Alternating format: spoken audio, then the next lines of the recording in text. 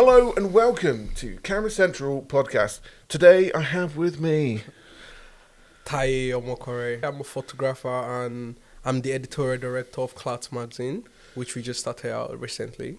the Camera Central Podcast is available both on Spotify and YouTube, so make sure you like, follow and subscribe if you want to see more. Let's get back into it, shall we? So we started talking a little bit before we started doing this, and what is your goal with Klat Magazine? Because I think it sounds pretty interesting. Yeah. We're working with a lot of young, talented, amazing team in Cardiff. So the whole idea is to bridge the gap between the young and the audience. So we're trying to bring the young people, the talented people, the inspiring young people to the mainstream. So we want a lot of people to know more about them.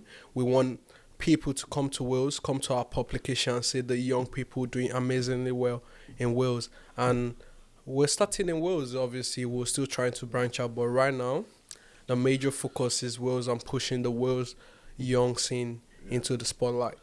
I think that's quite important, and I believe South Wales has been fairly iconic in the photography scene for a very long time. If you have a look at Newport and Cardiff as well, a lot of amazing photographers have come from here. I think there's a lot of important issues in and around this area as well, which I believe photography best lights in a lot of really interesting ways. And I think getting people involved and highlighting artists in this area is really important, because it's only something that's going to be getting more and more crazy in the future. I think Cardiff is going to be the centre of the creative industry. Because it gets bigger every day. It gets bigger every day. If you have a look at it, London's getting too expensive to shoot. I know you do quite a bit of work in London. I go a lot. London. Which is really good for you, because it's really expensive to shoot in London. But I think a lot of companies are looking to other places elsewhere, and I think Cardiff is becoming quite important. Both in the film industry and the photography industry, because it's a little bit cheaper to do it here. But also you have a lot of different ranges and different styles on different places you can visit in such a small area, because London's massive, Bristol's also massive, Cardiff is fairly small. But Cardiff gets bigger every day, especially we've got 3 universities or 4 universities in Cardiff, so it's really a lot of people in Cardiff. Is a massive city, and that's why we as creatives will take advantage of the growth, and we need to put ourselves out there. Sick, man. So of course we first met each other at Sustainable Studios, which was really cool place. We me and my business partner had an office there at one point, and we got talking as you were doing a bunch of shoot with some of the brands that are fashion designers that work there. And I must admit, since first meeting you, I've always really liked the photography style that you have, just in general. Kind of, where did that come from? Is it something you've developed yourself? Do you have any influences with it? Yeah, first of all, shout out to Sarah and Julia. Yeah.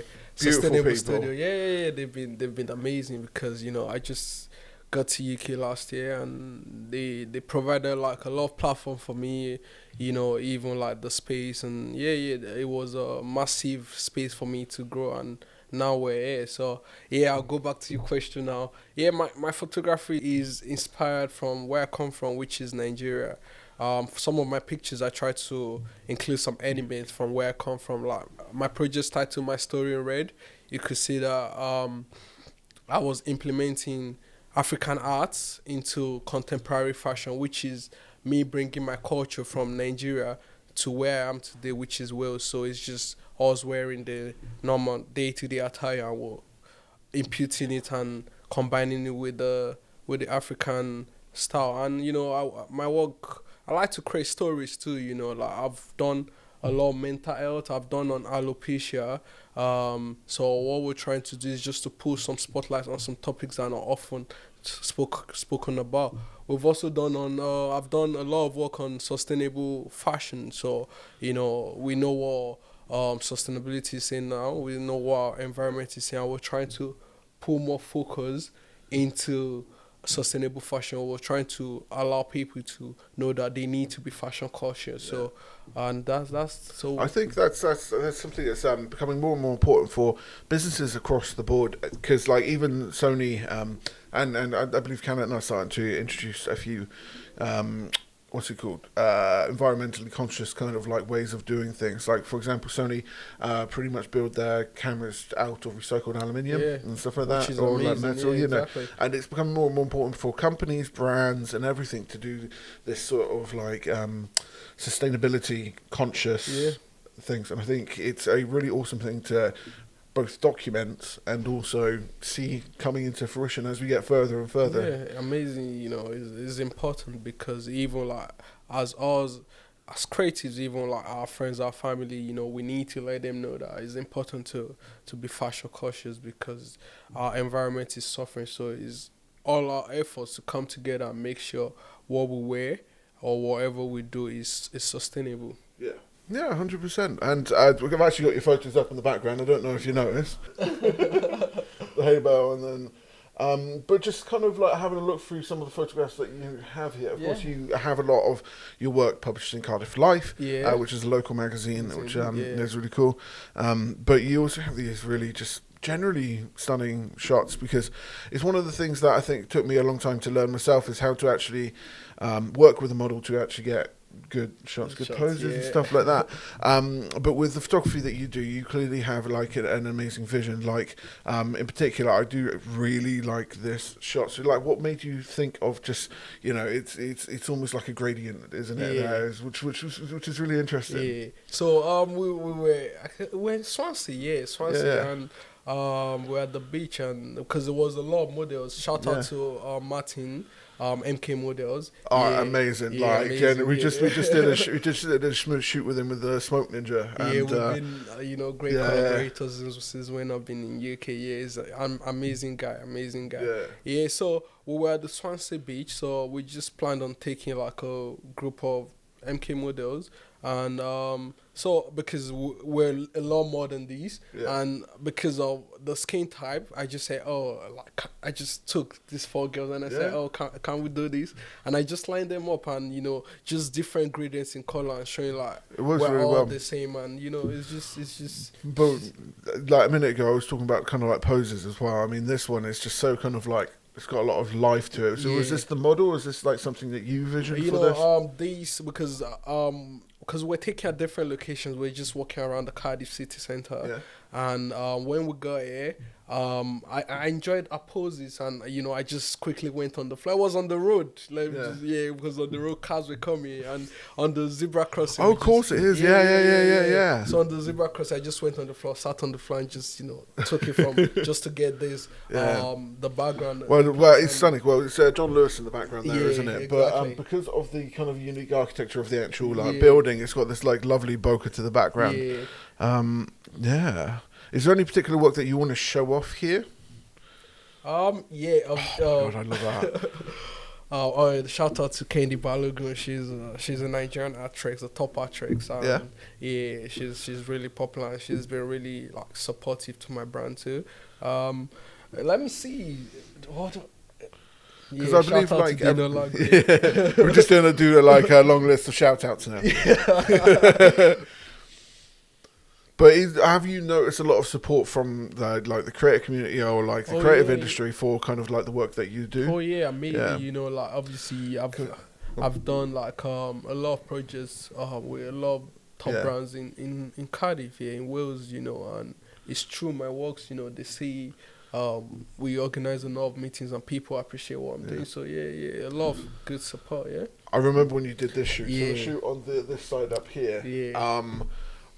Like it's just such, like it was just a cool shoot. So like, did you come up with the idea of using the carpet in the background? Oh yeah. So we were in the studio and I saw it and I said, why not? Let's try it. And we brought it out, and because obviously this is not background, we just brought it out, and it came out really, really amazing. So sometimes we just try different things out. I mean that's half of it. It's just really truly kind of experimenting with what you can do. Yeah, exactly. So that's what we do. So what work do I want to talk about? Let me see. I probably want to talk about. So was this actually like? For the brand, or is this kind of like you kind of like criticizing? Nah, so like the whole idea is the whole idea of this work is that we can all dream, that's why the girl is wearing like a school uniform because why do we go to school? We go to school because we want to learn, we want to have a taste or feel of how the future looks like, which is why she's wearing a headset because that's why we all go to school, want to see, we're all going to school to see if we can be successful. So that's just trying to interpret it so the project is titled Into the Unknown because it's unknown if we'll be successful or not, but we're in school to have a feel of the future, and that's what that's really cool. 100%.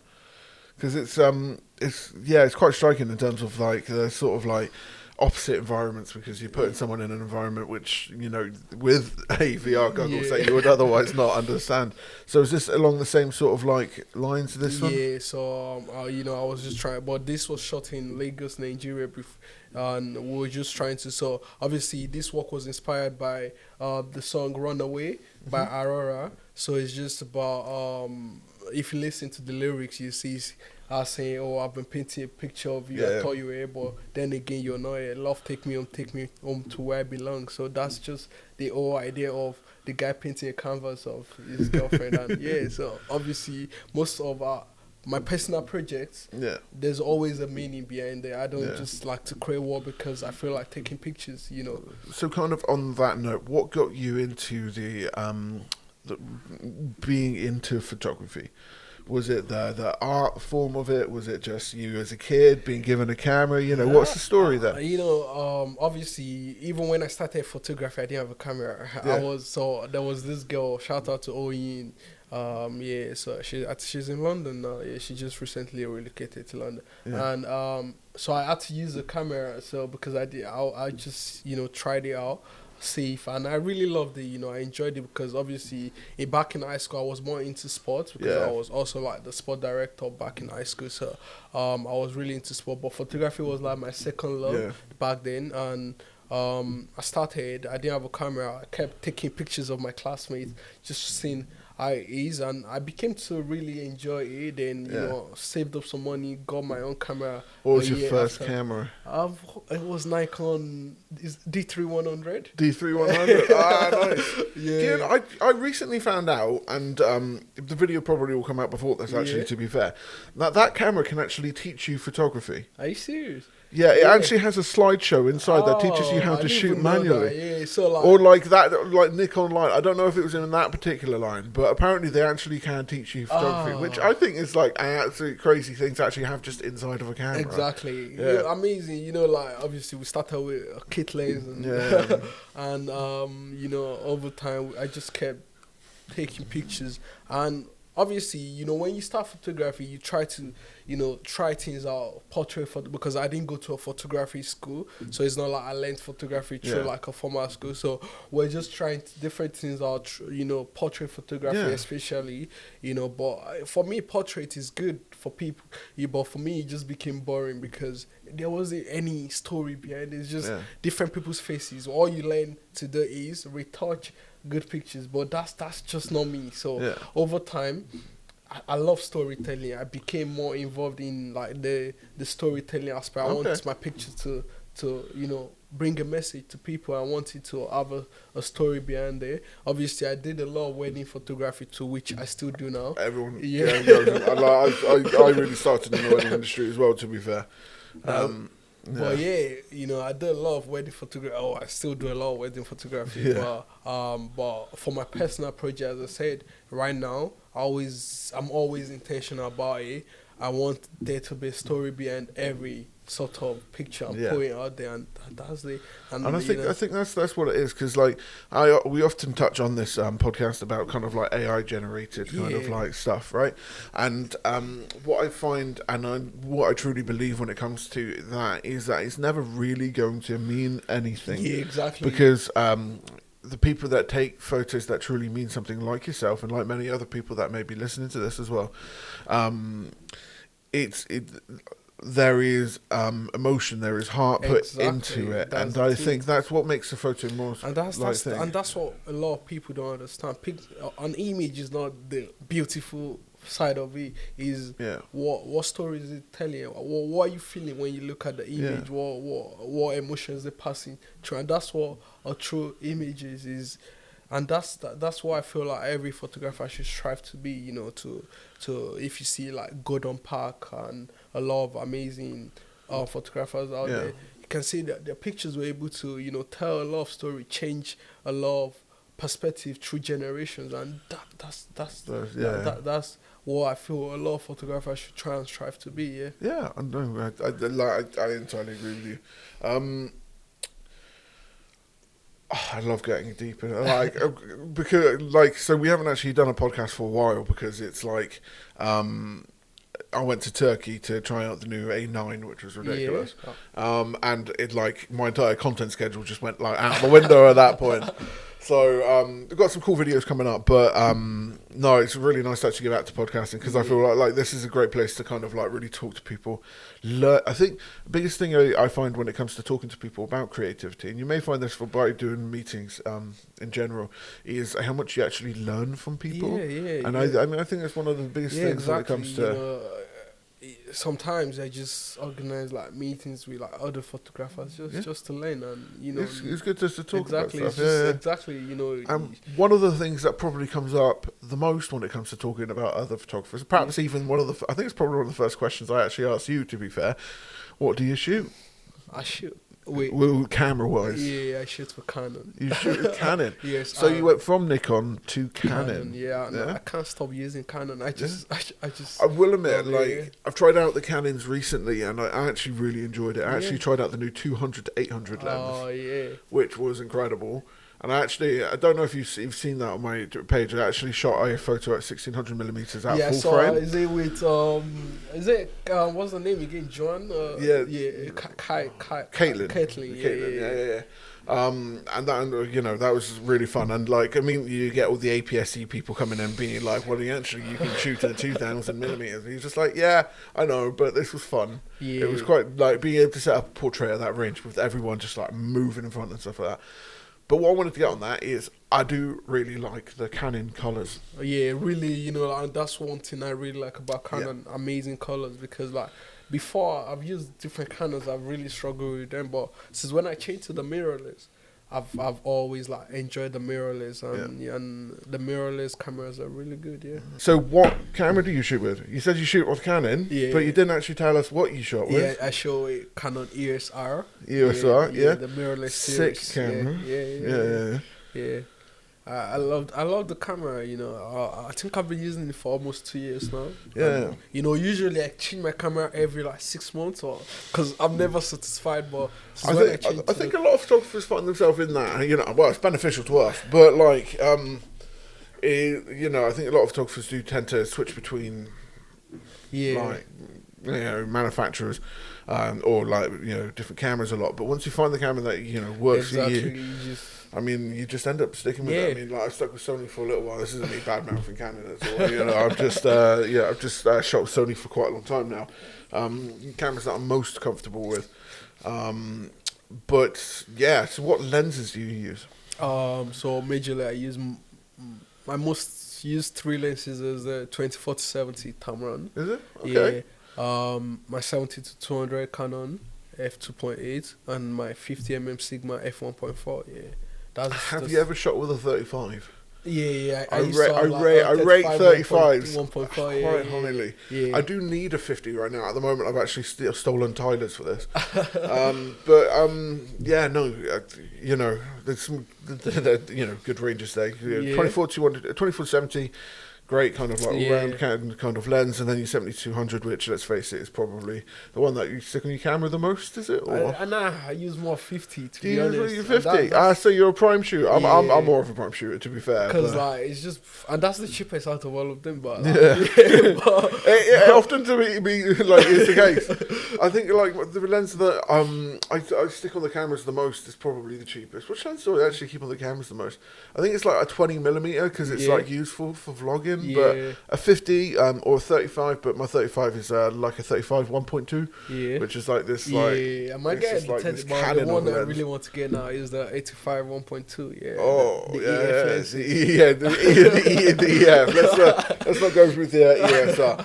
Because that's the only thing, the only complaint that I have against Canon is that their glass is just too expensive and they don't actually have any third party support, which I don't think is unfair because I believe we've said it to them and they everybody said it to them. It's just like open up that mount because it would actually be useful to have an EOS R camera lens where you actually got like a small compact lens, but at the moment you got the mount adapter and then the lens on the front. It's just... So, what advice would you give to somebody looking to get into doing something creative? For me, I think the first thing is know yourself, do what you love, and that's because there are different sides of photography. I know a lot of photographers that enjoy wedding. I know a lot of photographers that enjoy portrait photography. I know a lot of photographers that enjoy, documentary. So the first thing is actualizing, like, what you can't, obviously, as a starter, if you don't have, like, any mentor, you can always try out different things just to see the one you like the most. But I think, it's just good to always, like, know what you like and just follow it, because if you don't do what you like, at a point you won't really enjoy it again. And and for me, people that start photography and say, oh, camera is a problem, I feel like you can start with anything. As I said, when I started, I didn't have a camera, so I was borrowing my friend's camera to just start, because I don't really like the fact that people postpone a lot. I just prefer just start from anyway. Even the publication stuff I started, I'm just starting, just start and enjoy it. Exactly. And see where it leads you to. And I feel like so just that's my advice for anybody out there. Just start. It's about finding your love, your hobby, your interest and everything like that. I do think what's been interesting from my perspective, and what's great is having a guest on and talking about my own perspective, right?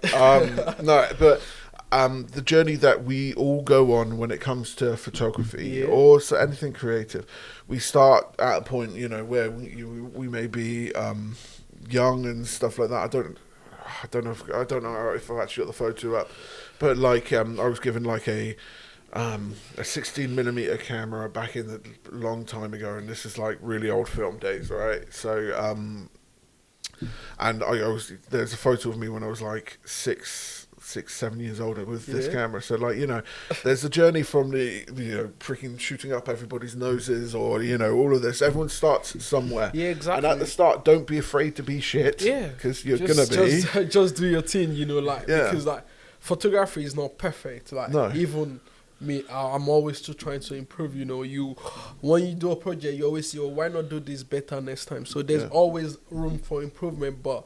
And if it looks good to you, it's a good picture. It doesn't have to look good to other people, and that's what people always mean. Like they feel like other photographers have to like their work, or their friends have to like their work. Even like the storytelling and stuff. My mother doesn't even understand the work. Like she's because she prefers like the normal photo shoot, portrait. And I remember when I did weddings, and I was like really proud of these like really awesome like video like movie trailer things I do. My mum's just like, I don't get it. Yeah, exactly. Because it was entirely against kind of like what she is as a person. Exactly. So if your mother doesn't even get it, so sometimes and.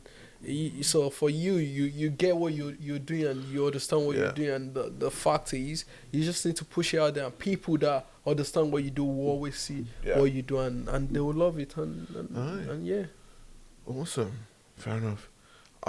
Is there anything else that you want to go over?